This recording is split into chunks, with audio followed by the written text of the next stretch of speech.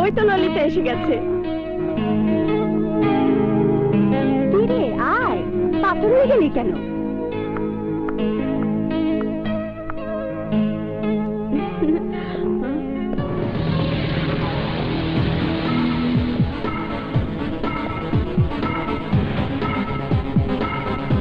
Happy birthday to you.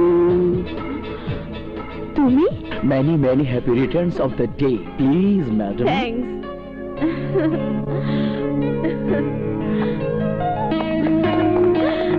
মামিমা স্পষ্ট করে বলে দিয়েছেন তোমার দিকে স্পেশাল ভাবে খেয়াল রাখতে, তাই তো ব্যবসা বাণিজ্য ফেলে দিয়ে তোমাকে আমি স্যাটেলাইটের মতো ফলো করে চলেছি। জানিস ললিতা, এই কেকটা উনি স্পন্সর করেছেন। তাই নাকি? হ্যাঁ। এটা তোমার তুলনায় কিছুই না ললিতা, চলো কেক কাটো।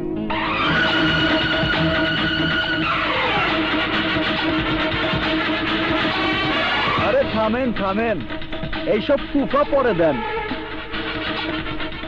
আমার রিক্সা ভাঙা এখানে এসে জন্মদিনের কেক কাটতেছেন? চলেন আমার সাথে। How dear you!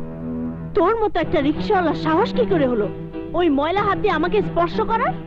সুইয়া দিছি দেখা এত রাগ, তুইলা যখন নিয়ে যাবো তখন কি করবি? এই ছোট লোকের বাচ্চা, তুই কোথায় নিয়ে যাবি ললিতাকে? নিয়ে যাবো মানুষের কষ্ট দেখাইতে, নিয়ে যাবো ওরে মানুষের পেটের ক্ষুধা বুঝাইতে। ওরে বুঝাইতে চাই যে একটা রিক্সার লেগা আজ কতগুলা মুখ না খায় থাকবো। কত টাকা দাম তোর রিক্সার? 5,000, 10,000, 15,000? এখানে 50,000 আছে, কোনে নে। তাতেও যদি পেট না ভরে হোটেলের বাইরে অপেক্ষা কর, আমাদের অনেক খাবার বেঁচে যাবে। তোদেরকে দিতে বলবো, সবাই মিলে পেট ভরে খেয়ে নিবি। সব বড় লোকের বাচ্চা, আমরা গরিব বইলা কি রাস্তার কুত্তা হয়ে গেছে যে তোকে আইটা খাবার খাবো? এটো খাবার হলেও এই খাবারের দাম জানিস? 1000 টাকা। যা, বেরিয়ে যা, আউট। জামু তয় ওরে সাথে করে নিয়ে জামু। যাও।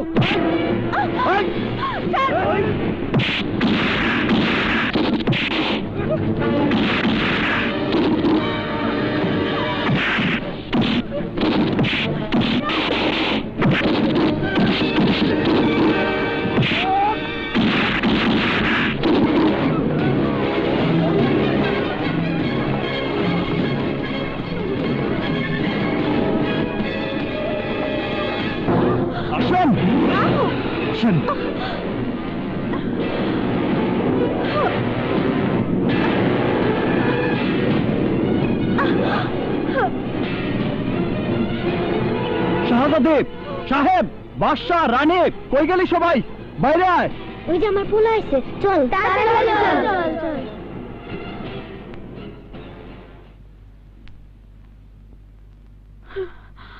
তুমি না কইছিলা আমাকে লেগা খাউন নিয়ে আইবা?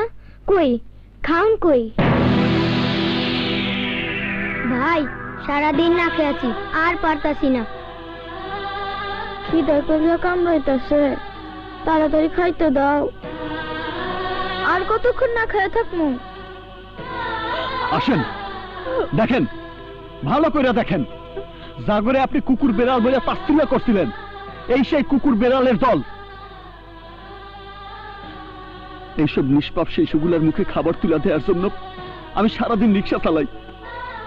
ভাবছিলাম আজকের কামাই দিয়ে ওকে পেট ভরে খাওয়ামু, কিন্তু আপনার মতো বড় লোকের খাম খেয়ালির জন্য আজ আমারে খালি হাতে ফিরতে হয়েছে। আপনার কারণে আজ সারাদিন ওরা কত কষ্ট করবো জানেন? কোনদিন একবেলা না খায় দেখছেন? ক্ষুধার জ্বালা কারে কয়? যদি আজ এই নবাব আপনার ছোট ভাই হইতো, যদি আজ এই শাহী আপনার বোন হইতো, তাহলে পারতেন ওগো চোখের পানি সহ্য করতে? পারতেন ওগো মুখে আপনাদের আইটা খাবার তুলে দিতে? ওরা 1000 টাকা দামের কেক চায় না ম্যাডাম, ওরা শুধু চায় পেট ভইরা একবেলা খাইতে। ওরা আপনাদের টাকা পয়সা চায় না ম্যাডাম, ওরা চায় শুধু আপনাদের একটু মায়া, মমতা, একটু ভালোবাসা। ওগো সত্যিকারের নাম বাদ দিয়া বাদশাহ, সাহেব, সম্রাট, শাহজাদে, রানী এসব বাহারি নাম কেন রাখছি জানেন? পেটে ভাত না থাকলেও ওগো মনটা যেন বড় থাকে, ওরা যেন বড় হওয়ার স্বপ্ন দেখে। ওগো বাপ মায়ের পরিচয় না থাকতে পারে, ওগো বংশ পরিচয় না থাকতে পারে, কিন্তু এই বাদশাহ সাহেব ওরা আমার ভাই বোন। আর এই শাহজাদি আমার মা, ওরা প্রত্যেকেই আমার সুখ দুঃখের সমান ভাগিদার।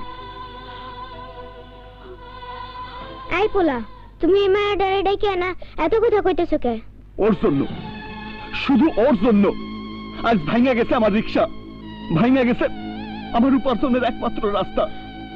ওর কারণে আজ আমি তো গুলোকে খাবার আনতে পারি নাই। এই পাগল পোলা, তুমি কাঁদতেছো কেন? আমরা তো স্ট্যান্ড করতেছিলাম, আমাকে তো কারো কোনো খিদা লাগে নেই। খিদা লাগে নাই? না। এই না বাপ, তোর খিদা লাগছে? না। এই রানী, তুই কো তোর কি খিদা লাগছে? দূর, কে কোনো খিদা লাগছে? আমরা তো দুষ্টামি করতেছিলাম। ভাই, একদিন না খাওয়া থাকলে কিছু হইব না। আগে তো দিনের পর দিন না খাওয়া থাকতাম, তোমার লাগে আমরা সারা বছর না খাওয়া থাকতে পারো। কি কইতেছস তোরা? ওরা ঠিকই কইতাছে, বেকুব পোলা। আমাকে অভিনয় দেখা তুমি যে কষ্ট পাইবা তা তো আগে বুঝতে পারি নাই। মুছো, চোখের পানি মুছো।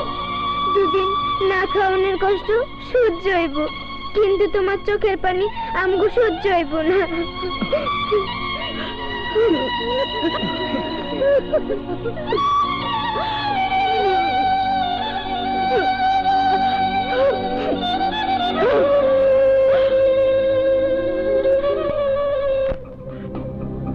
রাস্তায় রাস্তায় চেকপোস্ট বসিয়ে ললিতাকে উদ্ধারের চেষ্টা করুন। ও, আমি কোনো কথা শুনতে চাই না। ডু ইট কুইক, ওকে?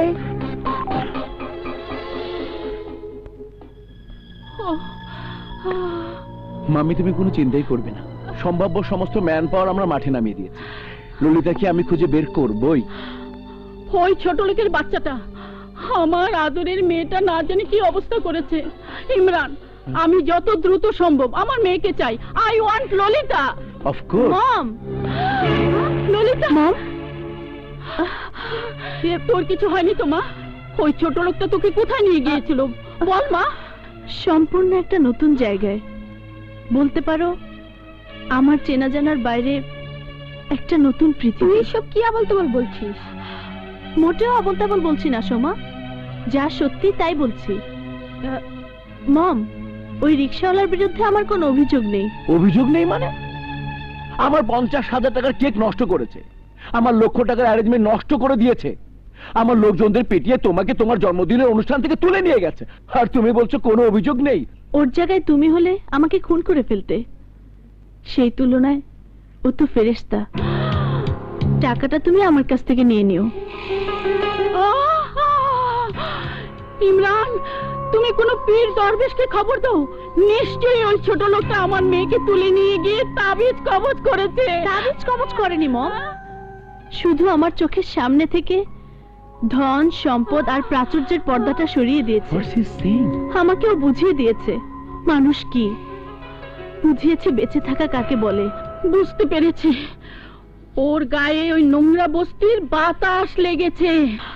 না মম, ওই বস্তির বাতাস বরং আমাকে সুস্থ করেছে। তোমার চিন্তা ধারণায় যেটা নোংরা বস্তি বলে মনে হচ্ছে, কিন্তু আমার চোখে সেটা নতুন পৃথিবী। তুমি বিশ্বাস করো মম, ওই নতুন পৃথিবীতে কিছু ছোট ছোট মুখের সাথে পরিচিত হলাম। তাদের মধ্যে একটা অদ্ভুত ভালোবাসা দেখলাম, যে ভালোবাসায় কোনো কৃত্রিমতা নেই। সে এক হৃদয় উজাড় করা ভালোবাসার সেতু বন্ধন। মম, ওই সামান্য একজন রিকশাওয়ালা আমার মধ্যে এমন একটা নতুন উপলব্ধির জন্ম দেবে তা আমি ভাবতেও পারিনি। এই ললিতা সেই উপলব্ধির জন্য রাজুর কাছে সারা জীবন কৃতজ্ঞ থাকবে মম। ইমরান। মামি,